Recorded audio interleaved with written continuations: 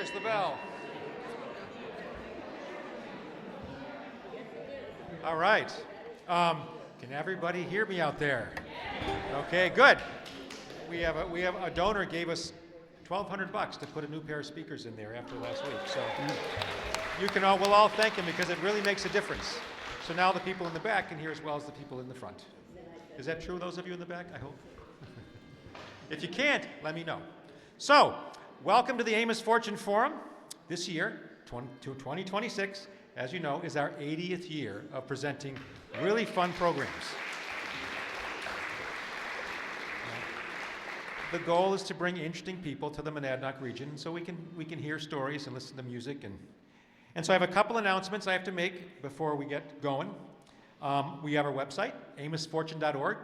If you want to find out what's happening, please visit there. There's recordings of past events, including tonight, so when you're all blown away by what you're going to hear tonight, tell your friends, hey, you can hear this great show. Come to the Amos Fortune Forum. We welcome comments, suggestions, and sending the postcards there to tell us what you like. We are looking for more volunteers, so if you would like to get involved in helping the forum, please contact Brad or me or Jax or Bruce or anybody else that's here tonight, and we're happy to make use of you. I would like to thank Jim Ryman, Linda Grant, Jean and Castine Clerkin for hosting a barbecue for our guests tonight. Delicious. And of course, thanks to Bonnie at Calls for the beautiful arrangement of flowers. And Friends of Tom for the reception that's coming on after tonight's performance. So while that's on your mind, tonight's a little bit of a longer show than usual because we have some really special performers. And so it'll be about a 90-minute show. And then we'll be over at so hold your, the bathroom's over there. And a huge thank you to all of you for supporting the forum. Your support of us and our sponsors makes this all happen. So whether you're writing a check or dropping something in the begging bowls, please help us out to keep the forum free and available to everyone, as it's been since 1946. All right, so enough with all of that. So now it's my pleasure to introduce our guests, our special guests for this evening, singer-songwriters Tom Smith, Cosy Sheridan, and Charlie Kopp. You know, tonight's kind of a special musical treat. It's like dessert at the end of the summer. And Cosy's been called one of the era's finest and most thoughtful songwriters. Her music regularly tops the folk radio charts. She's performed at Carnegie Hall, at the Cowgirl Hall of Fame, on the Jerry Lewis Telethon. And she teaches classes in songwriting, performance, and guitar at workshops and music camps across the country. She's the director of the Moab Folk Camp in Moab, Utah, and she's a Monadnock native and lives in Harrisville. So, homegrown.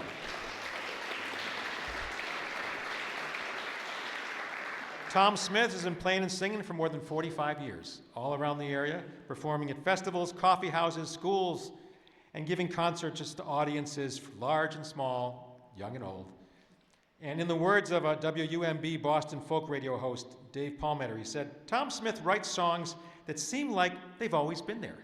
That's the mark of a true folk singer."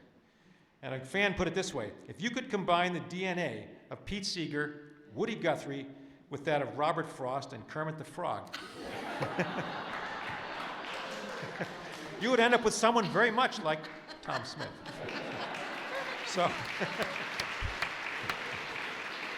So tonight, Tom and Cosy and Charlie are going to share not just songs, but also where they come from. And so I'm going to turn the mic over. Okay, thank you very much, Tom. I will say that fanciful fan was my daughter, Mally, who said that. I said I'm going to use that, Mally. First of all, we're so honored to be in this special historic place, the Jaffrey Meeting House, which was framed in 1775, literally while the cannons were roaring at Bunker Hill. So this is an historic place, and we're really proud to be here with you.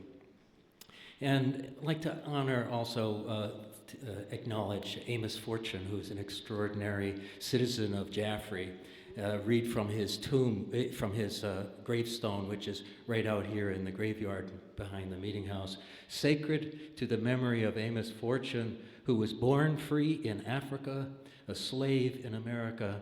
He purchased liberty, professed Christianity, lived reputably, and died hopefully. Quite an extraordinary fellow. Not only did he purchase himself, he also purchased his wife. Anyway, thank goodness for Amos Fortune, who, because of his generosity, that's why one of the reasons why we have a library here in Jaffrey. And I'll read a little bit from the description of our show. It says, this is a conversation. It's a conversation about the why and the how of songwriting, and how this ancient storytelling art form serves both the songwriters and the listeners' healthy relationship to the challenges of living in the modern world.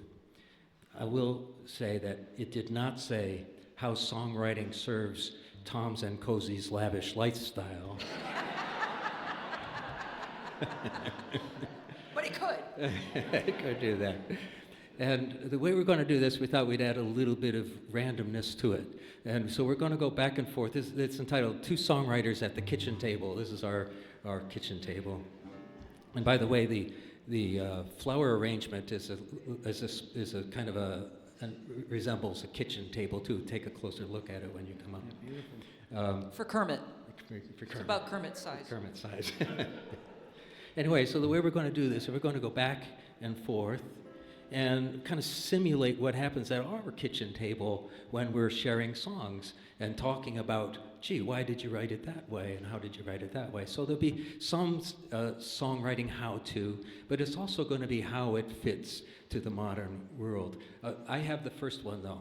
Okay, so we have the more prompts than we have time for songs for, so we don't really quite know what songs we're going to do. Add that little randomness to it, but I'll admit it's a little bit of a gimmick.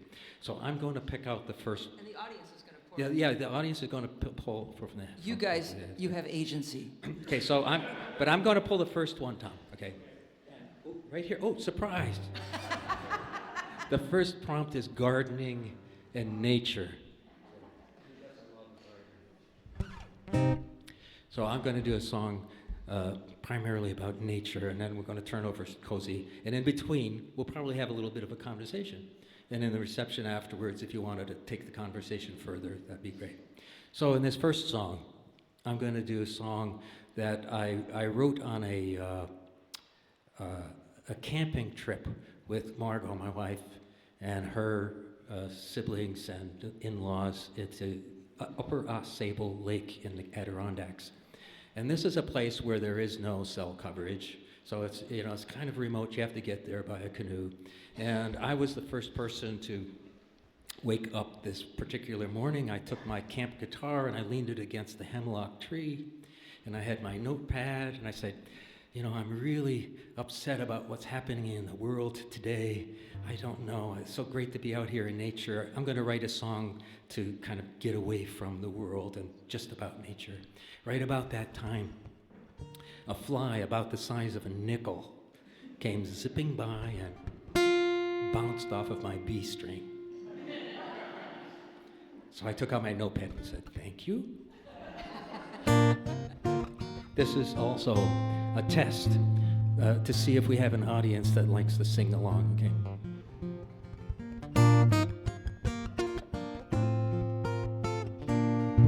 Let's see.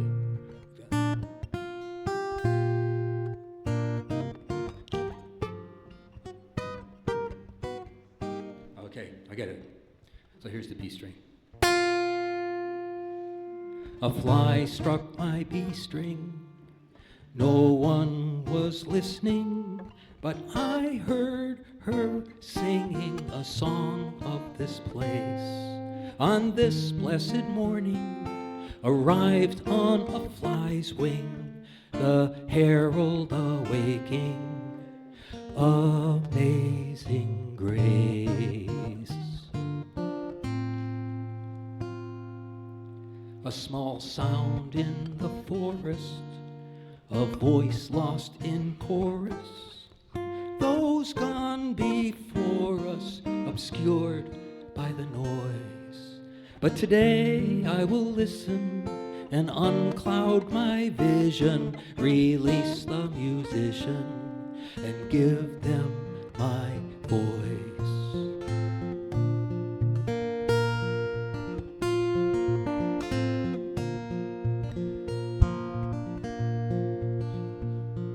The sun comes up in a coffee cup. The whole world rolls in a pot. I spread my wings when the sun comes up. The whole world spins in my coffee cup. I got a magic wand from the Milky Way. Wake up, it's a brand new day. It's a brand new day. It's a brand new day. Wake up, it's a brand new day. B minus. Gotta do better than that. It's a brand new day. It's a brand new day. Wake up, it's a brand new day.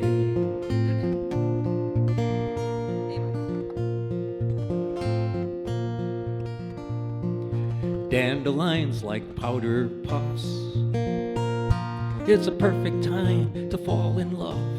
A bluebird song and a feather spray. Wake up, it's a brand new day. It's a brand new day. It's a brand new day. Wake up, it's a brand new day. I feel better already.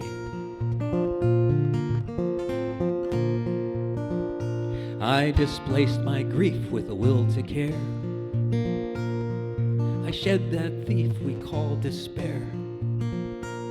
Here comes the dawn, I'm unafraid. Wake up, it's a brand new day. It's a brand new day.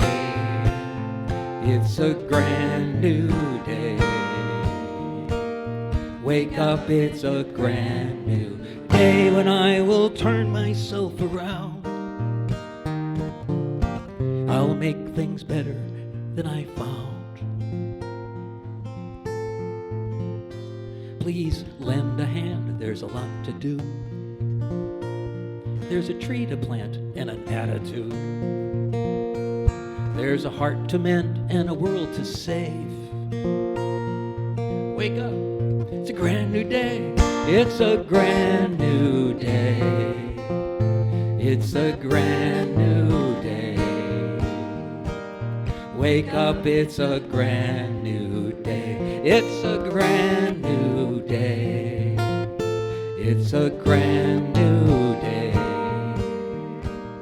Wake up, it's a brand new day.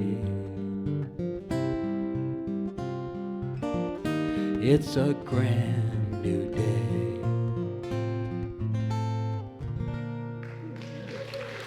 So, thank you. I'll just say a couple of things about the song. So there, you know, how the song serves the singer. The singer was in some sort of emotional turmoil, and so he's writing this song about nature. But still, you know, the song couldn't let him go. It had this arc.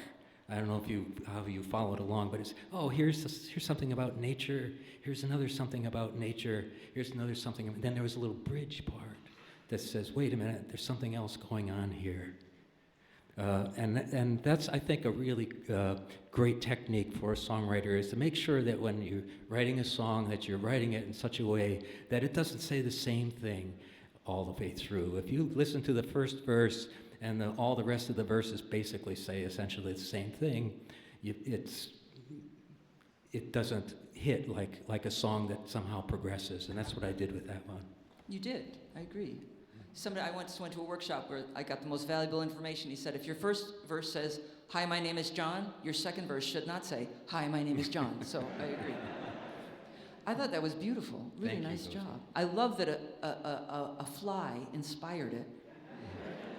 And I'm gonna go with that, and we could talk about that, but shall I do mine and then we'll Yeah, sort of sure. do a comparison sort of thing? Yeah. What would you like to do? Well, let's just roll. We'll This is just a roll kitchen, with it. This is a kitchen table. We can do whatever we want. But it's your kitchen table, so I want to be polite.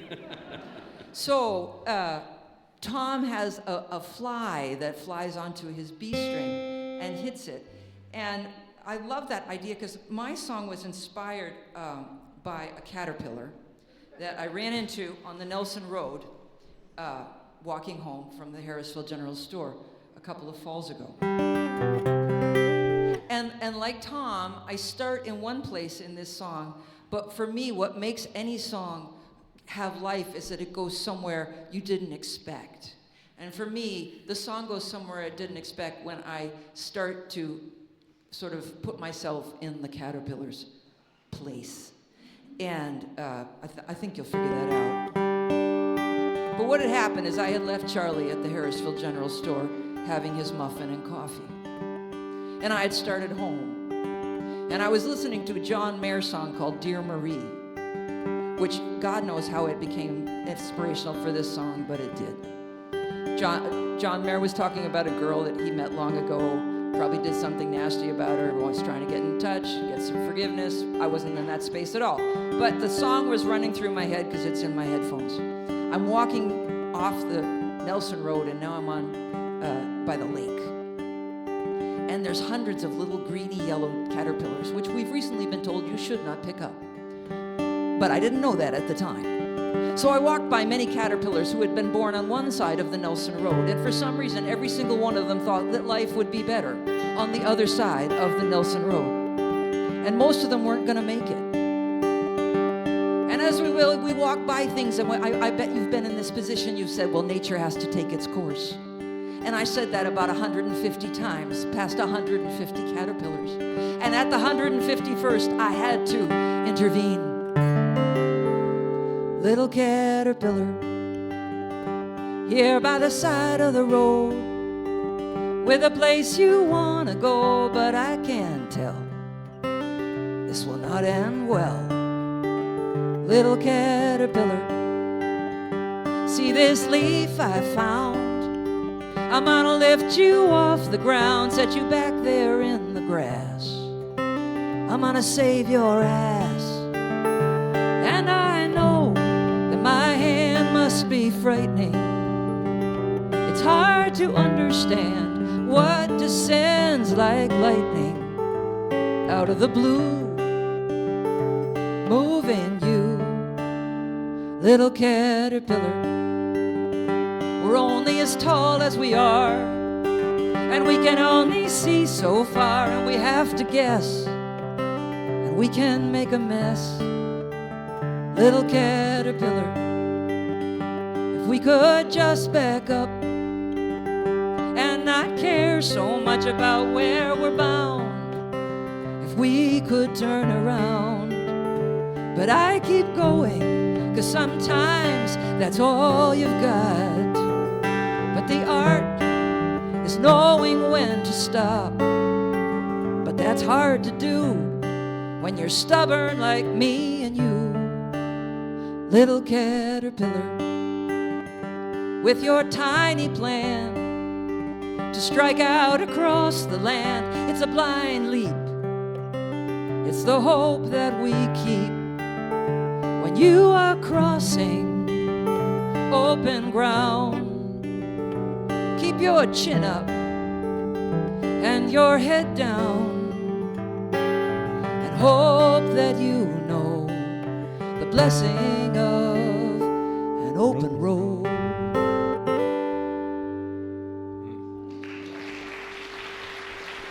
Thank you. So I wanted to just say one more thing, and then I kind of wanted to, so I wrote that on that walk. I had my phone with me. I'm saying it in my head. I've got the meter of John Mayer's Dear Marie in my head, which makes it a kind of a funky meter song. And I write my words to John Mayer's meter of Dear Marie. And I write it as I slowly go up the Tolman Pond Road, and somewhere at the top of the Tolman Pond Road, as it starts to go down, I come to that moment where I say, it's hard when life intervenes and feels like it picks you up, and I think, oh, now I'm onto something. I'm going to stick with this song. Mm-hmm. So we both were inspired by insects. Yeah. That's not what everybody thinks of when they think of gardening. Yeah, well, we didn't do flowers. No, we did. It's fine. I think of point of view as an interesting part of songwriting, and you took the point of view of addressing the caterpillar. But I thought it's interesting that as a listener, I take on the point of view of the caterpillar. So when you're singing that song, that's how I'm singing to you. That's how I'm listening to it. So I like that. That's where the comfort for me comes. Yes, I'm often singing to myself. I'm usually trying to talk to myself. When I got out of the hospital last summer, I'd gotten in there with not knowing what was going on, as we often do in the hospital. And when I came out, I sang that song the first day I got home, and that song meant so much more to me when I thought, I'm just a caterpillar trying to cross the road. Mm-hmm. That's all we all are. We don't know where the car is coming. We don't know what's going to happen. We're just a caterpillar. And this is really the function of songs, I think, for hundreds, probably thousands of years, as opposed to how many likes can I get on Spotify. Yes. It's the serving of the songwriter. It's somehow getting you through just an ordinary, getting you through the ordinary part of living. Yes. And, the same way with, the mill workers in Haverhill who sang those songs about the mills and so on. Right. Red River Valley, if you want to be, if you're longing for someone, Red River Valley will speak to your heart. Mm-hmm. I mean, that's why that song is timeless. It's tough. So let's let the audience tell us what we're going to sing next. All right, who gets to choose? Yeah.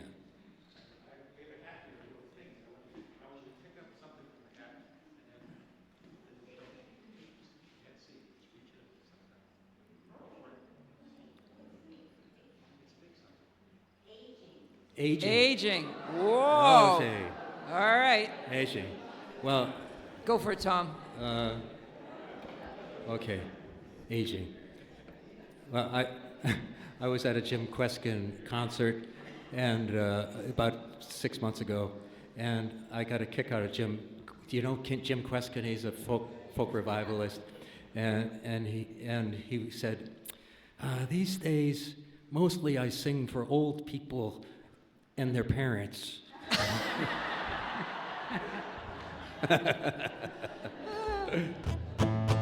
Aging. Okay. Charlie, let's do our aging song. Oh, yeah. Awesome. So Charlie and I co-wrote this song. So when you co-write, you never know what's going to happen. You just sort of arrive with some preconceived ideas, and you wind up leaving with either nothing or something totally different. And so Charlie and I got together one morning, and in 3 hours or so, we actually had most of this song written. When he started, it was kind of like, Charlie, what do we have in common? Well, we're a couple of old folk singers. Yeah. And I'm having arthritis. Do you have arthritis? Yeah, I have arthritis too. Oh, my back. Oh, yeah. There's this. And we talk about when you wake up in the morning, it takes longer to stretch that out. We said, yeah, well, we could put that in a song, I suppose. And then we started thinking also about the fact that both of us wind up singing songs to an audience that is also aging. No, not present company. And so maybe that would be an advantage, right, Charlie? We said, old folk singers, older audience, we can kind of empathize with the audience, and maybe that'll give us an advantage. And that's where the start of this song happened.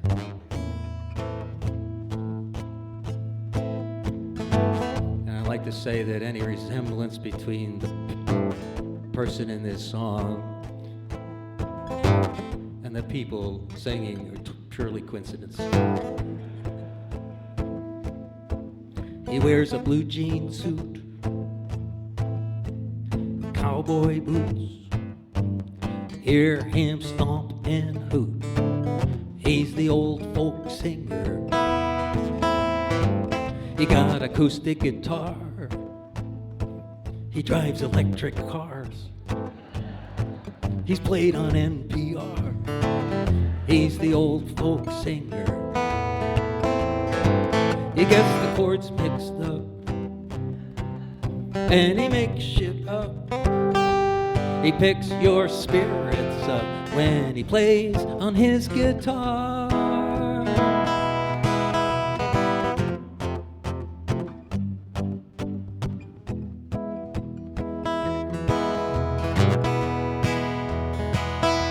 Now if you're falling apart, you got a damaged heart, you don't know where you are, call the old folk singer. You say you wanna run free, but you got a funky knee. He's the one to see, call the old folk singer. He gets the chords mixed up and he makes shit up. He picks your spirits up when he plays on his guitar. Though he may be soft-spoken, he knows what it's like to be broken. He's broken, just like you. If you're in the breakdown lane, he can feel your pain. Get on your feet again, call the old folk singer. And if you're feeling blue, he can fix that too. He'll write a song for you. He's the old folk singer. Those young cats in the hood, they can play real good, but it's understood if you need to raise the bar.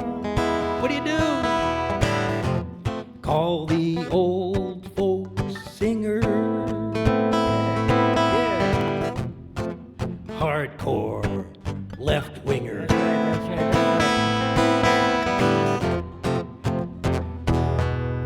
Folk singer. Humdinger. Folk singer.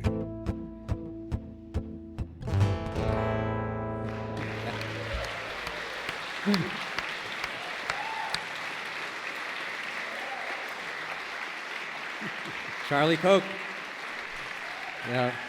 So the another thing about that song is Charlie is an old folk singer, but he does a killer rendition of Mustang Sally. And sometimes Cosy and he will end their concerts with that, and it just, of course, brings the house down. They want them to go on for verse after verse, and I was thinking, you know, it would be nice if we had a song that kind of brought that out in Charlie. You know, that Mustang, you know, that's the Wilson Pickett song. And I thought, what else might there be? And I was thinking, oh, Sam and Dave. And I was thinking, you know, that Sam and Dave song. I'm a soul man. I'm a soul man. This braggadocio about being a soul man. And Look at his head. See, he's already doing it. So I thought it would be fun to kind of brag about being an old folk singer. It doesn't sound anything like Soul Man, but that was part of the inspiration that came out. I want to say we had a really fun time writing the song, although I wasn't so sure I liked being reminded of the early, you know, all of the various infirmities. Thanks a lot for that, Tom. We had a really good time. I remember watching you guys write it. You were definitely We were having a good laughing time. out there. You were laughing a lot. We were laughing a lot. You were. All right, aging. So for years I toured, and I had something called the Midlife Crisis Tour for about 35 years. I started it very prematurely, and I never ended it, and this was part of it. I'd like to say that the Midlife Crisis Tour was inspired because I hired a woman to come watch me perform one night, and she called me up the next morning, and she said, well, I like your songs, and I like what you're wearing, but it looks like you just gave up from the neck up. And then I paid her, so. Did she get a tip? No. She followed me around a showcase, though, with lipstick, saying, if you would just put this on. But I had a house sitter. When I used to live in Utah, and I had 5 cats, and when I would go on the road, I was always looking for house sitters. And I had one year this wonderful house sitter named Juliet. For about 2 years, she was my house sitter, because in Moab, when they're not house sitting for you, they're living in a tent somewhere in the desert, so they're dying to house sit for you. So Juliet house sat for me for 2 years. Juliet, at the time she's house sitting for me, maybe 21. Me, late 30s, maybe 40. Definite different age times. Every time Juliet showed up to house sit for me, she had a new tattoo or piece of jewelry embedded somewhere about her person. And they all looked fabulous on Juliet. And I, of course, spent a lot of time thinking, well, if I put something where Juliet just put it, would I look like Juliet? And I knew this wasn't going to happen, and I was 20 years older than Juliet at the time. But one time, Juliet left her nose ring on the back of the toilet when she moved out. I'd never seen the back of a nose ring. I don't have any children. Nobody'd shown me one. It was sort of a corkscrew affair. But I spent some time looking at the nose ring, thinking, is this what I'm going to do? And I decided no.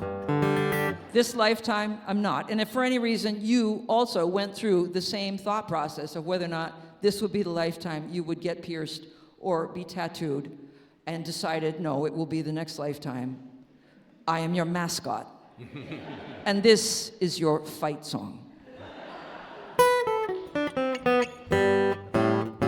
Some people look sexy and fierce when they are multiply pierced. I must be getting too old. All I can think is, how would I get that in and out of my nose? Some people can look nice with a metallic device coming out of their face in an unusual place. And there are problems too with colorful tattoos. They look nice on young skin with healthy collagen, but gravity could be sad. The wrinkles really won't add. These are thoughts I've entertained while considering being ritually maimed. And it takes poise and aplomb and a very taut abdomen.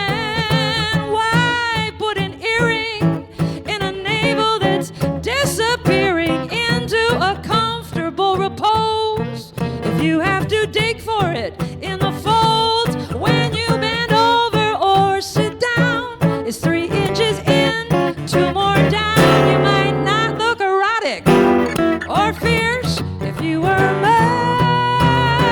multiply pierced.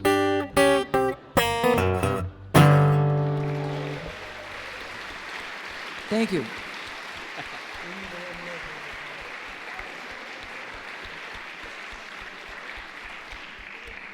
Tom, Sue, Tom, can we have a little more of my guitar? Charlie needs a little more guitar in the world.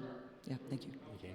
So we're 2 different takes on aging there, differently written. I have to say I wrote that obviously to somebody else's melody, and my pianist, Kent Allen, when I brought it to him, said, well, you're actually not exactly following the form, and he made me exactly follow the form. So it is Duke Ellington's melody, but my words. But in folk music, there's not a lot of money to be made, so I wasn't really worried about the royalty aspect of it. Or getting sued, I suppose. Yeah. I wrote that in the car, driving up California, eating my way from Los Angeles to San Francisco, knowing that if I had an earring in my navel at that time, I would not be able to see it. So, shall we move on? I'm a little embarrassed to say that I have probably 8 or 10 songs about aging. So. Oh, I have another one. If you want, I got one about Botox. Let's move on. Okay, all right. Okay. All right, Tom, we're ready. Tom is getting another one.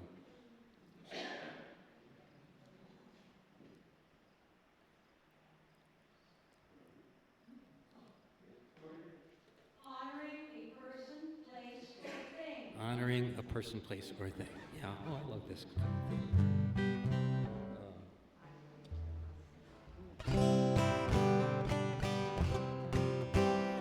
great topic for songs, honoring a person, place, and thing. You know, in my house, when somebody does something amazing, like has a birthday, we like to write a little song about them or something.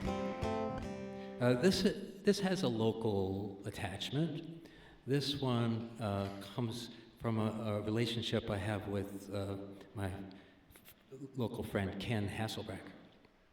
Now, Ken is a fellow that I know from open mics. You know, we go to open mics. Everybody know about open mics? You go to an open mic, you take your guitar or whatever, and you sign up, and you and another 20 people all sing songs night, and everybody claps for everybody else very loudly. It's wonderful. Great experience. And that's basically my relationship with Ken.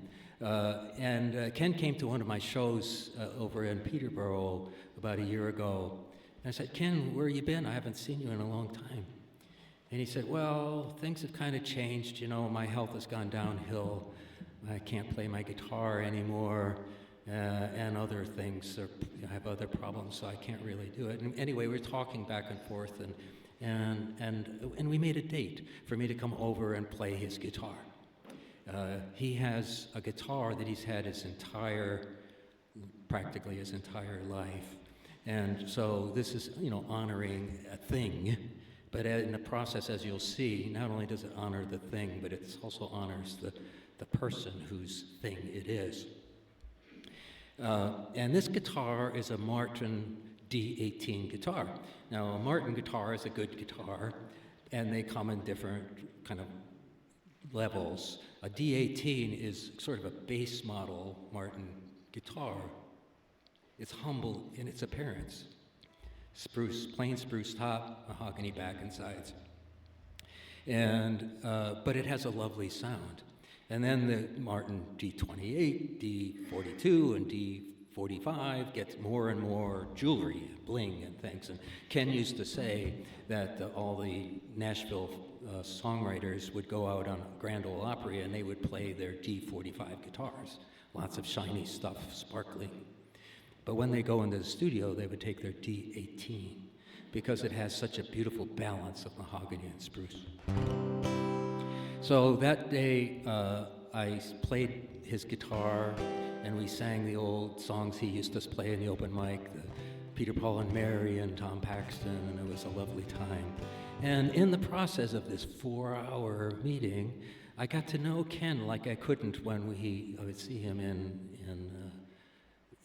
the open mic, and he told me his story, and he had an amazing story, and he told it through the eyes of this guitar about how he and this guitar literally traveled around the world, and he talked about his time in Vietnam. So I'll just sing it.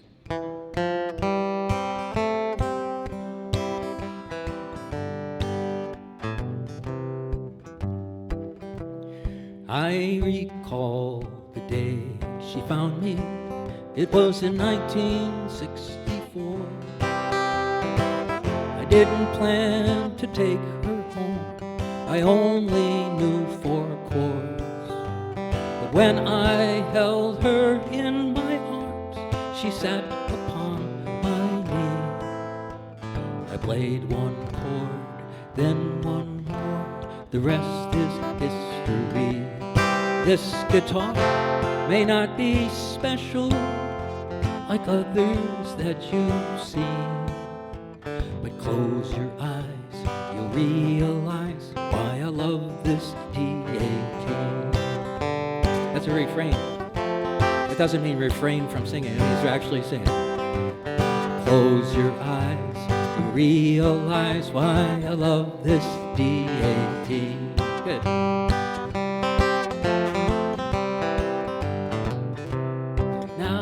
Before long, I got pretty good. I'd be lost for hours, hypnotized by strings and wood, and songs like Wildwood Flower. As each callus on my fingertips grew thicker by the day, the callousness around my heart melted away. This guitar may not be special like others that you've seen, but close your eyes, you realize why I love this D18.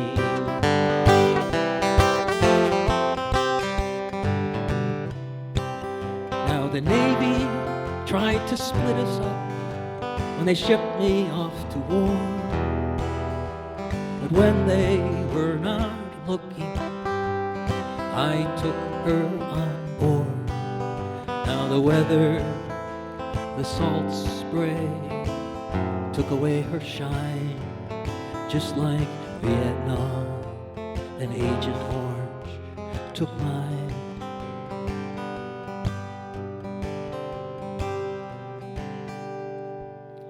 I consider myself lucky to count my blessings and my scars on my lungs, on my heart, and scratched on this guitar.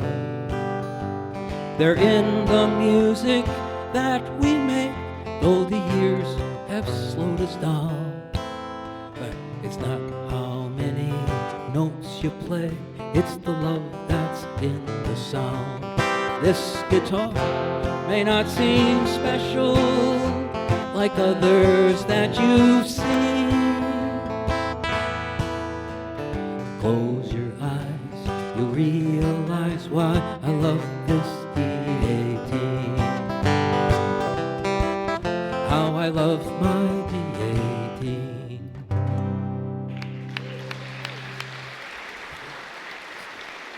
So I think it, thank you.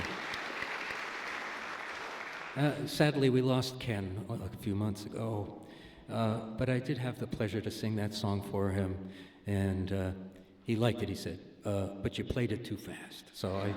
Well, that's interesting, because Yeah. you know, I heard Tom sing this as it was being written, which was fascinating. Yeah. And you were singing it faster when I first heard it. Mm-hmm. And I thought it worked at both levels. And Tom is a very meticulous songwriter.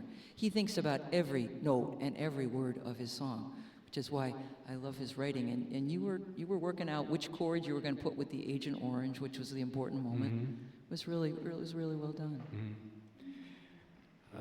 So, you know, it was kind of like the guitar that stands for something else. I really Yeah. loved that part of it. And that one also had like a bridge that sort of switched at the end, you know, is talking about this lovely relationship with the guitar, and then it kind of switched into something a little richer, a little more emotional at the end, talking about how, you know, he could no longer play his guitar.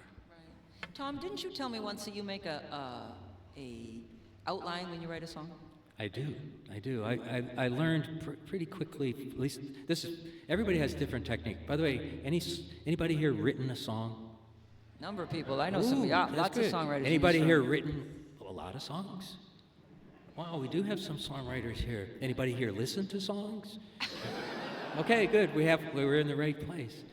That's right. At least for me, I found that when I first started writing, I would get so infatuated with a particular rhyme or phrase. I said, oh, that's just so beautiful, or a metaphor that's like, oh, that's really great. I don't know where this is going. That's really great.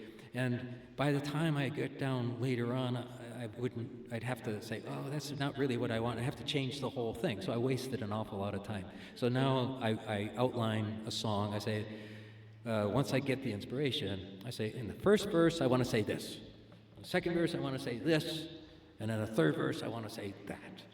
And then it just falls out of that. And it works really well. Tom is an excellent lyricist. It totally works. I work exactly oppositely. I have no idea what I'm starting with. I just know I have, how do you pronounce inchoate, right? Inchoate. Come on, you guys are, the Amos fortune. Somebody tell me to pronounce inchoate. Inchoate. Thank you. I have an emotion that has no words on it, but I just have this, pre-verbal feeling, and I have to get it out. And unlike Tom, I take a different approach. I don't want to know what I'm writing about for a long time, because I want the song to keep driving it. So I follow it. And this song, I started in a very bad mood. Charlie and I do well, quite well. If you look at us, you can tell. If I tell you we've only been married 12 years, you can make the mathematical decision that we did not meet at the beginning of the movie. And Charlie says we met during the credits, but I'd like to think it's halfway through. I'm speaking of myself, not. So, and we had hoped that we would get along when we were going to cohabitate.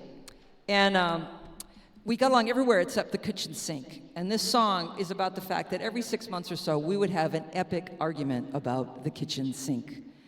And at the end of the epic argument, and we have different ways of approaching the kitchen. Charlie raised 4 daughters. He's one of 10 children. Rules make total sense for him in the kitchen. My roommate Sarah is here. I'm just thinking, Sarah, you lived with me. Bless your heart.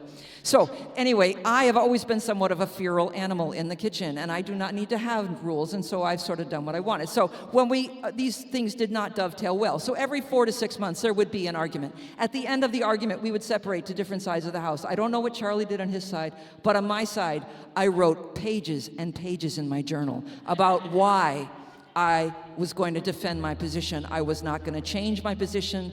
I was going to die on the hill of dishes. And what I love about songwriting is I figured out why in the course of writing it and not knowing where I was going.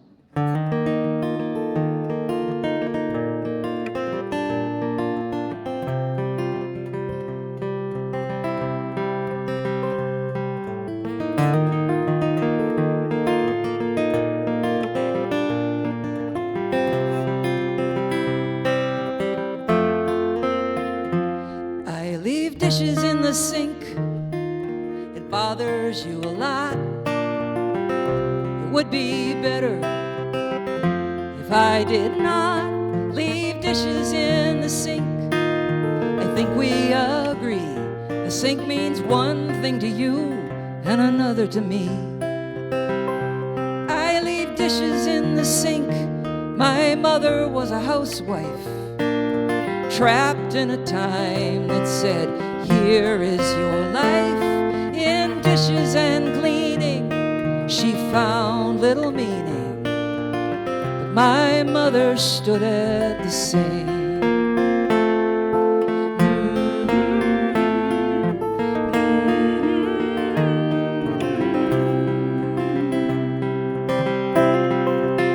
And you'd think our dishwasher could make this problem go away.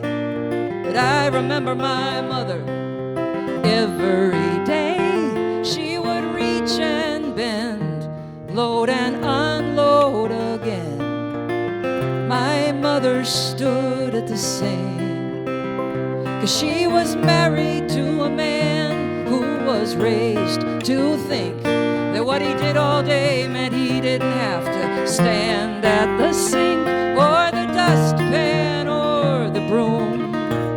My mother taught me every day, clean one room.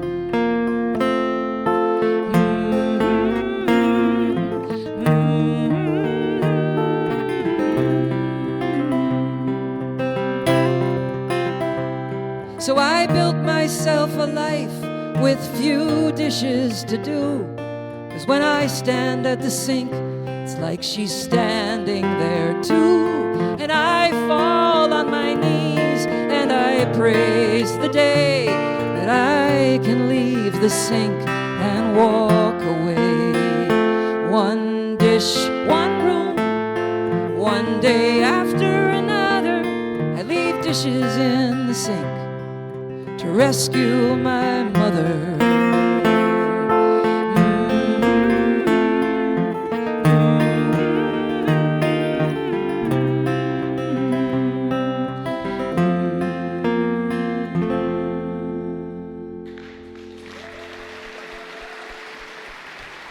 Thank you.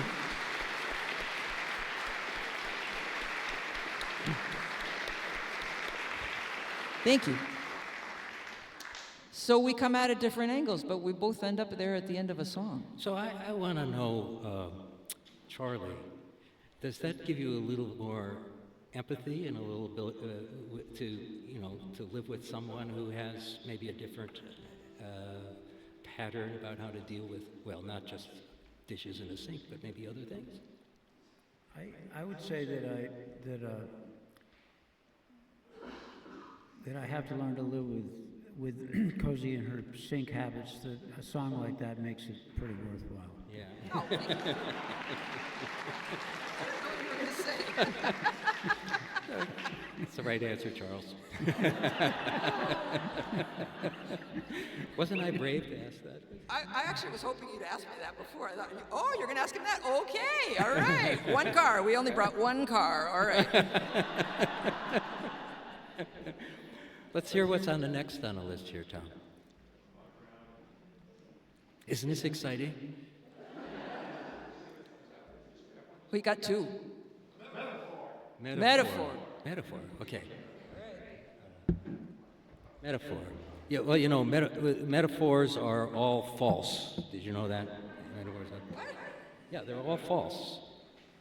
I mean, by definition. If I said, the sun is a blazing globe of plasma, you know, that's true, I think. But it's not a metaphor, right? Oh, I see. You're right. But if I said, the sun is the energy of my love for you, or I see your something, point. there you go. Now there's a metaphor. So all metaphors are false. Okay. Introduction to this song is longer than the song. I'm sitting back. Okay. So today is Margot's and my 50th wedding anniversary.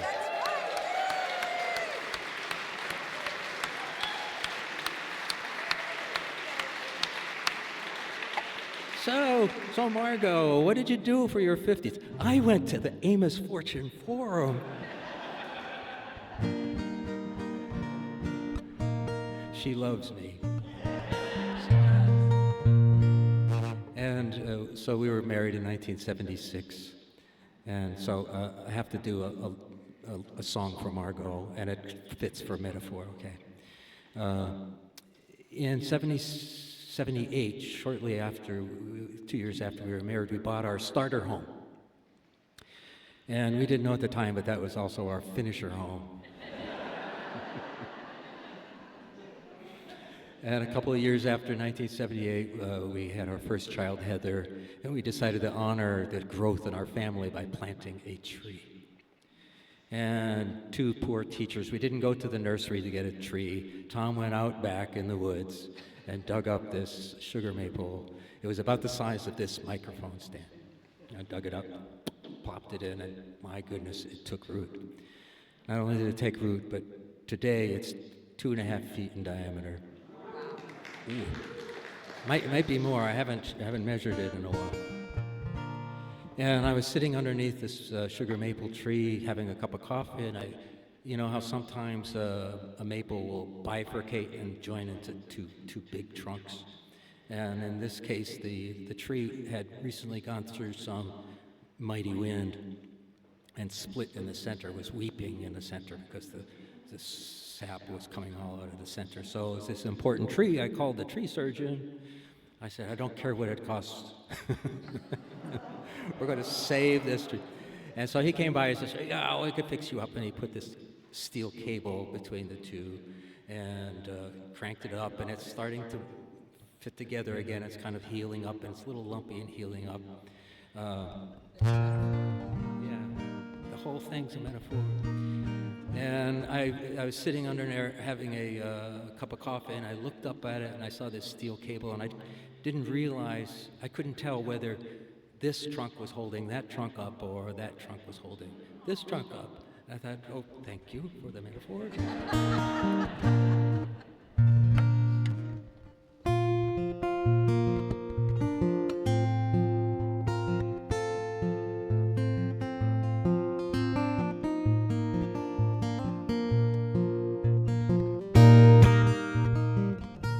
That sugar maple in our yard, we planted many years ago. Two strong trunks grown from one heart, forces tried to pull apart, withstood the weight of winter snows. memories of 50 springs,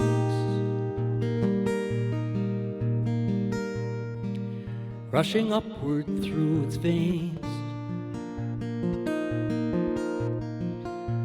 Is that one tree, or are there two?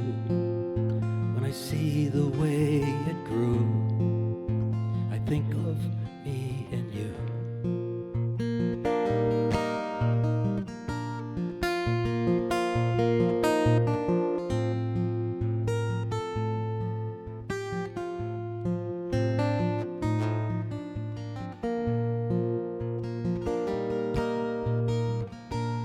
Time will always have its way, as cracks reveal the stress and strain. It's the price that bodies have to pay, but spirit will be laid against the wind and driving rain. We count the autumns as they pass,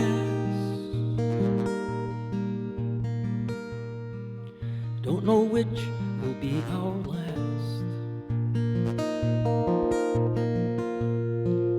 Let each season take what's due, grateful as each one comes through. You hold me up, I'll hold you. That sugar maple in our yard, we planted many years ago.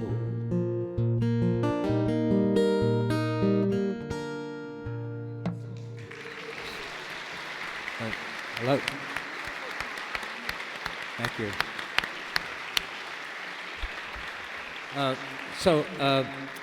And for this one, I want to, that's metaphor, but I want to talk about rhyme for this one. So give me a minute of this. So, you know, and specifically I want to talk about stable rhyme versus unstable rhyme. It's a notion not too many people think about, but nerds, songwriting nerds do, like me. A stable rhyme is balanced, like A-A-B-B, A-A-B-B. Twinkle, twinkle, little star, how I wonder what you are, up above the world so high, like a diamond in the sky. You know, very balanced, 4 lines, very square and equal. And those rhymes are great for certain songs. That's not the kind of a rhyme I wanted for that song. Maybe you weren't thinking about rhyme, but I bet you thought there's some emotional tension here, and in some of the verses things didn't get resolved kind of until the end. So, and I used rhyme as part of that. So instead of A-A-B-B, what happens, for example, if we say A-B-B-A? And what happens then if we take the first line and reverse it with the last line? So like in Twinkle, Twinkle, Little Star, the first line is the punch line. Twinkle, twinkle, little star, how I wonder what you are. The rest of it is just things about the star. So we know what this is about, and there's no emotional tension. So if we go A, B, B, A, and take the punch line and put it at the end, say, how I wonder what you are, up above the world so high, like a diamond in the sky. What is it? What is it? Twinkle, twinkle, little star. So it kind of resolves at the end. So you may not have noticed it while I was singing, but that there are like 4 5-line verses. The 5th line adds a lot of tension because it's unresolved. So 4 5 lines, and the first one is A, B, A, B. So, you know, and then the second one is different, and I don't want to get into all We need a whiteboard. Yeah, we could use a whiteboard. Anyway, the balanced versus unbalanced rhyme is a great technique for working with, you know, how you want to choose, what's the word, prosody, how you want the emotion of the song to fit the lyric and the melody. Yeah, you really thought that out. That's well said. Thank you. Very well said. I tend to like perfect rhyme. Just in general, I'm a perfect rhyme kind of person. But that reminded me when Tom was talking about turning things around. I think that's the difference between a poetry and a song. In poetry, you can page back and see what they were talking about. So the sentence can be inverted. But in songwriting, you're listening in real time. So Tom's idea will work. And it does work well, but if I don't know what you're talking about while you're telling me about the beautiful thing, then when it comes at the end, and I go, oh, and I want to refer back. So sometimes songwriting is just like poetry, but often the fact that in poetry you can look back and say, oh, what was that beautiful illusion that she made? And then you can keep going on, whereas the song has moved on, and you have to move on with it. And I love that you have one continuous metaphor through that. I'm going to do a song that has two, and it could be argued that this is a bad idea, but I just wrote it because I wanted to. And I've gotten to an age where I'm not worried anymore. I'm just going to write it because I like it. And Tom's talking about a tree throughout his song, and I'm talking about a house in the song itself. And I start this song with talking about a house that I feel like I've moved out of. Because, like many people in the Northeast, I have Lyme, and it's made life sometimes very uncomfortable. And so I wrote about the fact that I had moved out of my body. And so I was thinking, how do I move back into this house? And so this songwriting process started by me talking about how do I move back into the house, and then I drew the house. In my journal, there was pictures of me moving out of the house burning down, then the house had rain, mud, I had to go back into the house and I had to get the mud out, and I draw all these things specifically so I can really see this house when I'm singing it to you. But I have no idea what the chorus is going to be for a long time. Until I have a 2-day migraine, and at the end of it, I'm sitting on my couch in my office writing, and this line just shows up for me. And what I want to say is that our life is full of little things that will come back and they will percolate up. What comes back to me is a line from a man I lived with for 20 years, long ago, who lived in Seattle. And I remember we had moved together to the desert, and I said to him, why did you stop living in Seattle? And he said, well, it was like living with a beautiful woman who was sick all the time because it always rained. And my unconscious kept that thought for a while. So here's where I grew. And when this house was new, every floor solid, every angle true. But the truth moves on, and the solid is gone, and this door won't close. It's got character now, you might say, as the colors fade, and in truth I like old stuff that has seen better days. Here's what the metaphor means. I've got a porch that leans, and this door won't close. And I'm feeling like Seattle when all it does is rain. Weather in this house warps the doors with pain. A little meditation and some do-re-mi make a charming home out of what is falling down around me.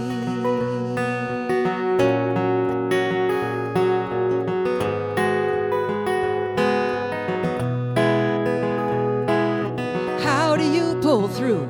What's your can of can-do? Somewhere in the back of a cupboard, do you keep that cheeky attitude? How do you build yourself a nest between lost and found? I'm asking everyone, how did you learn to calm down? I'm feeling like Seattle when all it does is rain. The weather in this house warps the doors with pain. A little meditation and some do-re-mi make a charming home out of what is falling down around me.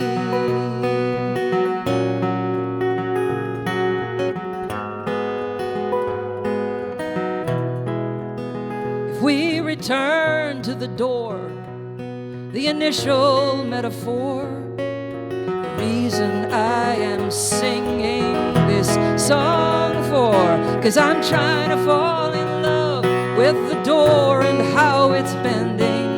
It's the only way I know how to heal without mending. I'm feeling like Seattle when all it does is rain. The weather in this house warps the doors with pain.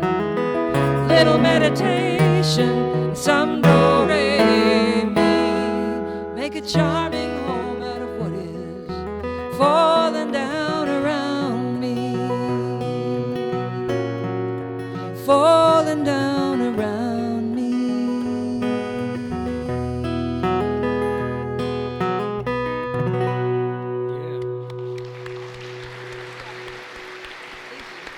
Thank you.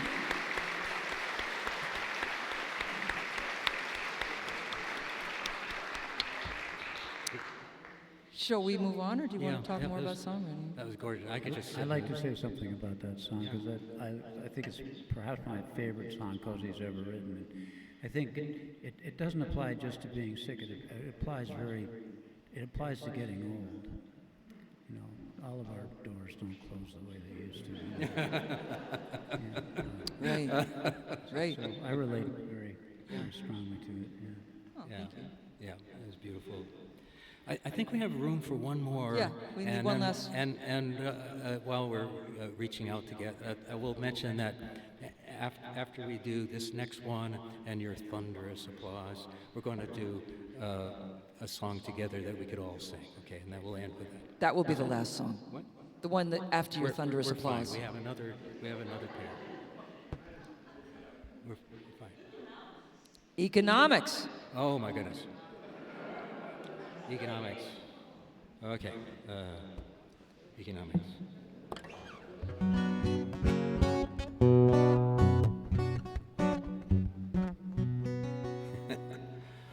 Okay.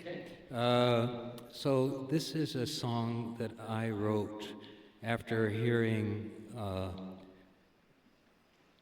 Maybe my politics will come to the surface.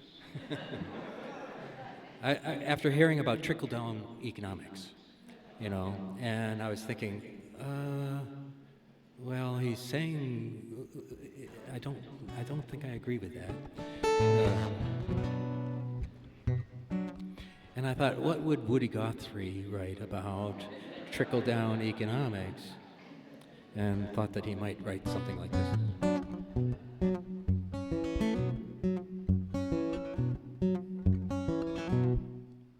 The money flows up.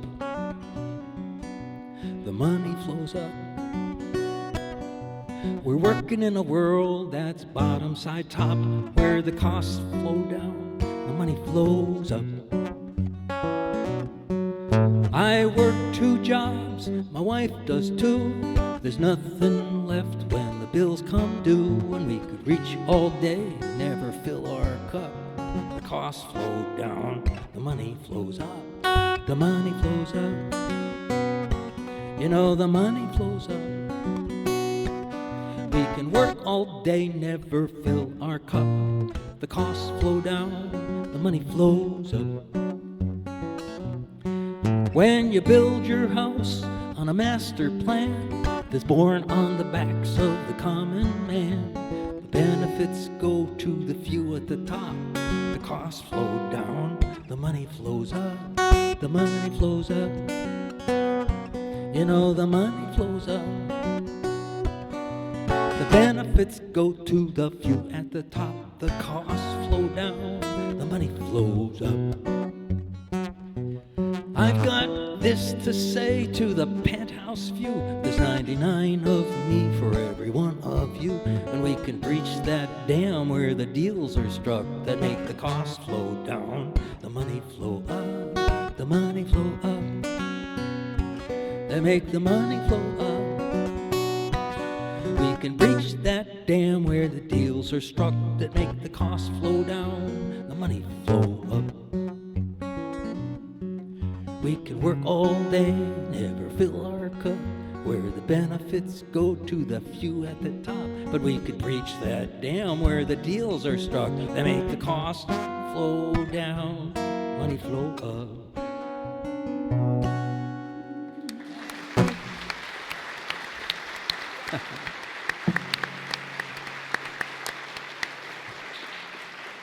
That song has a hook. You know, if you're talking to all the Nashville songwriters, they're saying song has to have a hook. What's a hook? Well, a hook is something that, you know, when long after you've sung the song, somebody's going to say, "Play that song about the money flowing up." Right, that's you what they know. remember. That's what they remember. They remember it, yeah. And you want to title it that, because then they can find it when they're searching for it. Yeah, money flows up. And lavish lifestyle happens. Yeah, yeah. I'm sure you put it in a pool in your backyard for what you earned on that song. Yeah. Speaking of that, I'll just tell you. So Ringo Starr writes an article about before they invent Spotify. He says, "Well, I co-wrote a song with, I can't remember who he wrote it with, maybe Elton John. He co-wrote a song with somebody, and he said before Spotify, when we wrote that song, after we put it in the radio, we both could have installed a backdoor pool. Mm-hmm. After Spotify, we could share a meal." Yeah. Ooh, ouch. So that's the economics of the music business. But here we go. I wrote this after spending some time with some people who were trying to make a living running folk music radio. If you know anything about folk music and how often folk radio happens, you'll know that it'd be difficult to make a full-time living on running folk radio. But they were living in the Southwest somewhere, and I was visiting them, and they were running folk radio, and they had books around their house like The 4-Hour Work Week and How to Hire Consultants and How to Make a Living in Nonprofits. And I was visiting them as they were about to hire another consultant because they were not making any money in folk music radio. And I decided on my 8-hour drive back to where I lived, because it's the Southwest, everything's a long way apart, that I would write a song about how I had managed to make a living in the arts. And I'd like to dedicate this to my pianist, Kent Allen, who, when I would used to shop at the Manchester Mall, he would shop at the Kittery Dump. And he would get perfectly good clothing from the Kittery Dump, and I would be standing on stage saying, "I bought this at the mall," and Kent would say, "I got this at the Kittery Dump." So this is called Keep Your Overhead Low.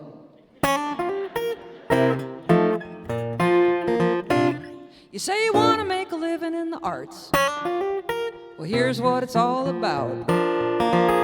You put more money in than you take back out.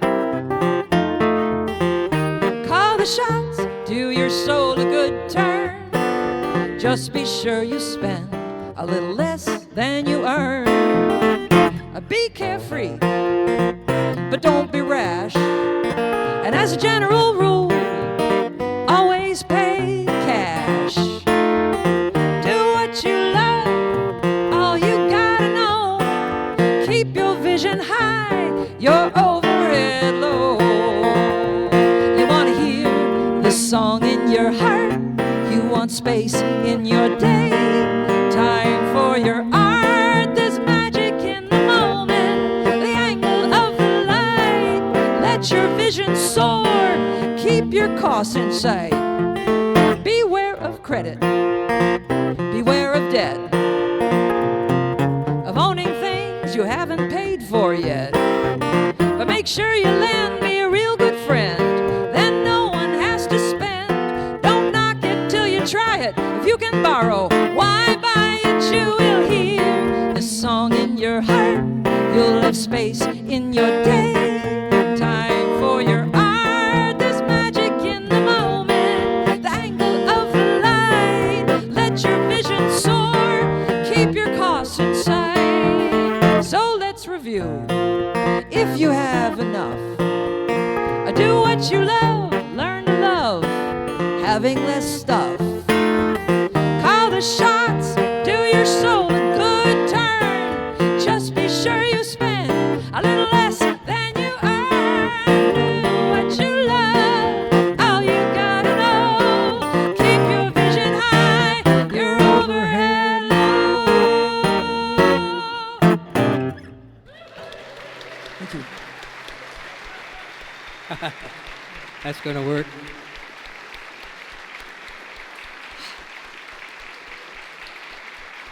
Thank you. Uh, I want to thank Tom for inviting me to be part of this, by the way. Tom Wait, came up with this. before we- Okay, you want to go on. Songwriting. There's one thing I want to. We don't have enough time for another round, but I know what the last category is.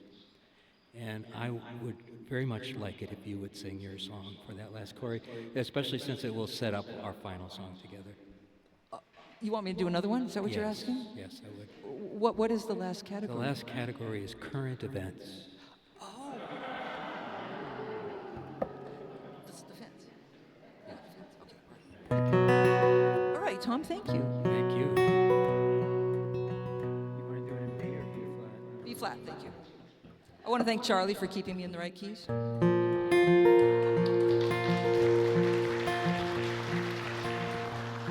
So when I moved to Massachusetts from Utah, because I've met Charlie in 2013, in 2014 I moved to Maynard, Massachusetts, where Charlie has a house. If you've never been to Maynard, Massachusetts, you might not know that the houses are separated by 2 driveways. They're very close together. The house next door to us was empty for the first 2 years that I lived in Maynard with Charlie. And when a house next door to you is empty, it starts to feel like your own real estate.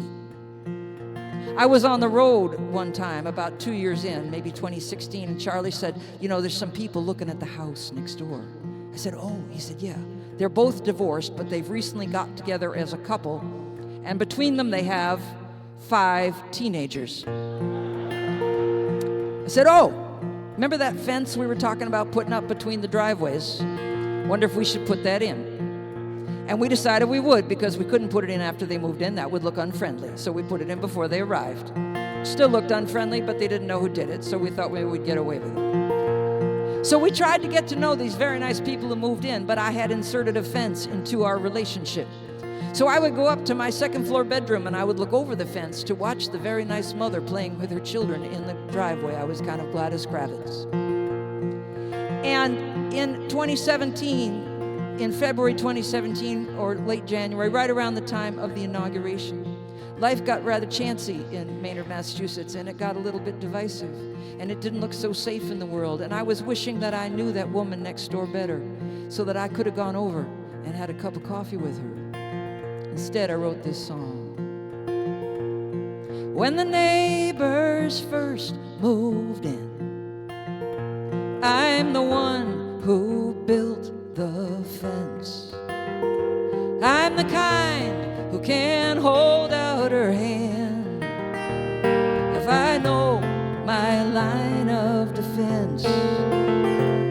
We are living in interesting times, and the sky falls every day, and I used to think my fence make the world go away. But this morning, all I know is I want to fall down and cry. This morning, I don't need my fence. I need my neighbor on the other side. And I've seen my neighbor with her children in the morning. She's driving them to school, and I've seen her play a game in the driveway. She knows how to set and bend a rule, and I don't know that much about her, so I dropped in and we talked at her store. And each time I come away wanting to know a little bit more. And this morning, all I know, I want to fall down and cry. This morning, I don't need my fence. I need my neighbor on the other side.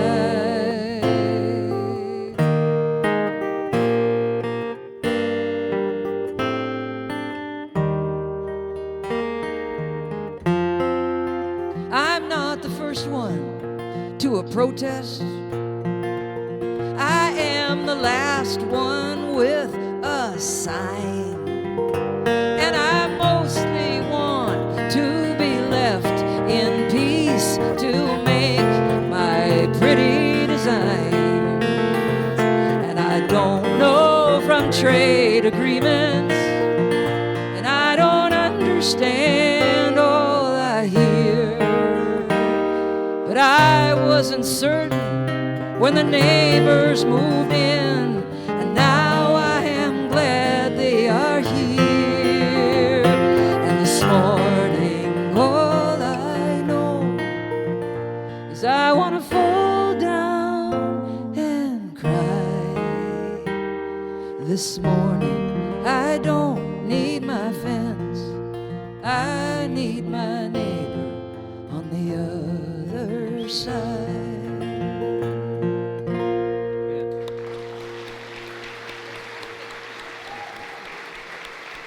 Thanks, Tom. Thank you. Thank you. All Thank you, right. Rosie. Tom, what are we going to do? So, first of all, I just wanted to say thank you to the Amos Fortune Board. Yes, thank you for having us. Very much, especially to Tom Sue, who had this idea. Says, I think we should do something about songwriting. Would you like to do this? And if we're lucky, maybe we can get Cosy and Charlie to join us. And we certainly won on that one. Thank you, Cosy. Well, and thanks Charlie. for inviting us, Tom. Thank you so much. So we're going to end on this. This is our encore.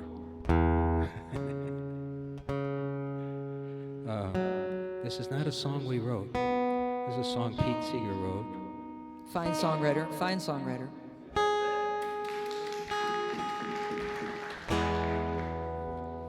And it has a great part for you to sing along.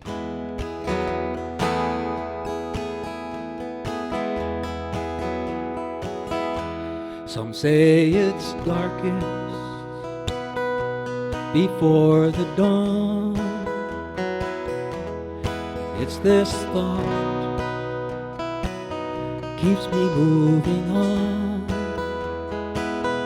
If we could heed these early warnings, the time is now, quite early mornings. And you sing that. If we could heed these early warnings, the time is now, quite early morning. Some say humankind won't long endure,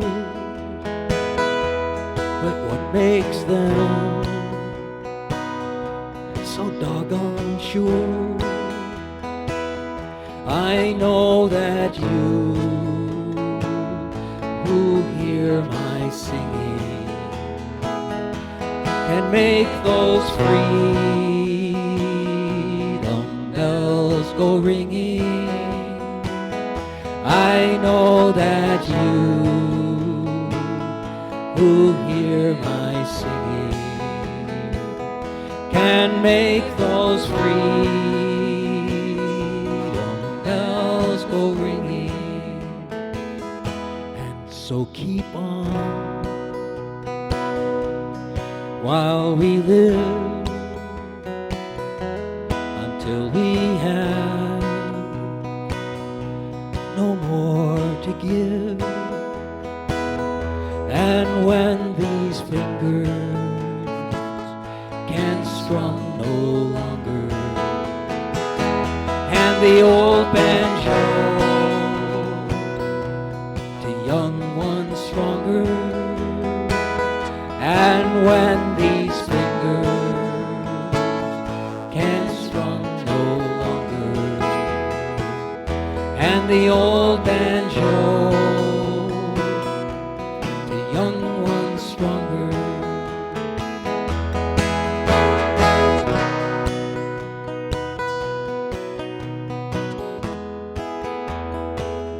Some say it's darkest before the dawn, and it's this thought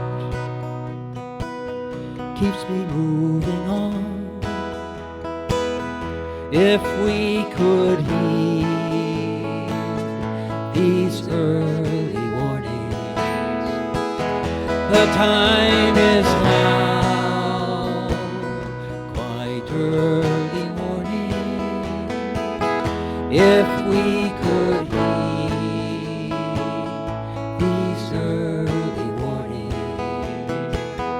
The time is now, quite early morning. The time is now, quite early morning.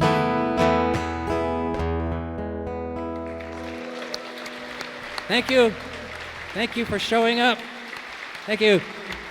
Cosy Sheridan. Charlie Koch.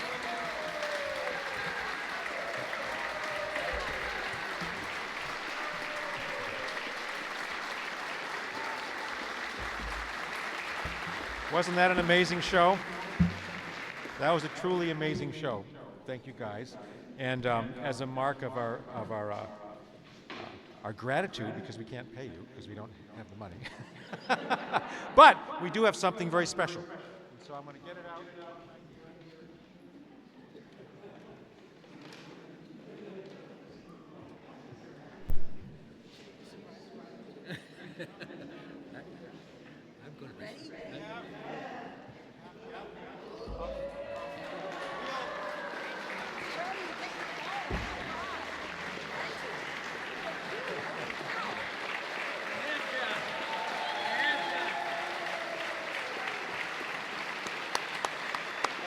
Oh, you're welcome.